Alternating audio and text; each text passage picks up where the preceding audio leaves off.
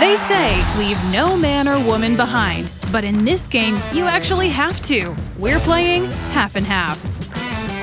Like other small-sided games, this one looks like a scrimmage, but it has a twist. Here, we're helping players learn to spread out when attacking. Those who do will be richly rewarded. Use cones to set up a rectangular grid and place a goal or pair of cones on each end line. Place more cones down the center of your grid, right across the midpoint of the field. Divide your players into 2 teams, 1 in pennies. You can play 3v3, 4v4, or more. Here, we're playing 4v4. Here's how it looks. Players scrimmage without goalies.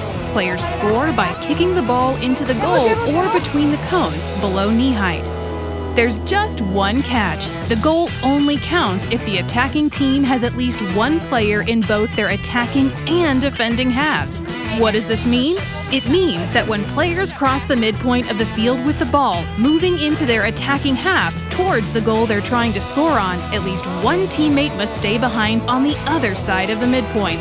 That's their defending half. This forces attackers to spread out, not just across the width of the field, but across the length as well. While the player who hangs back might miss out on some of the action, they're priceless if their team loses possession. Coaches, like any muscle, this instinct takes time to develop too. Remind players to look for the best position to support their teammates at any given time. Remember, win the ball, spread out, take the shot. A little balance in both halves goes a long way.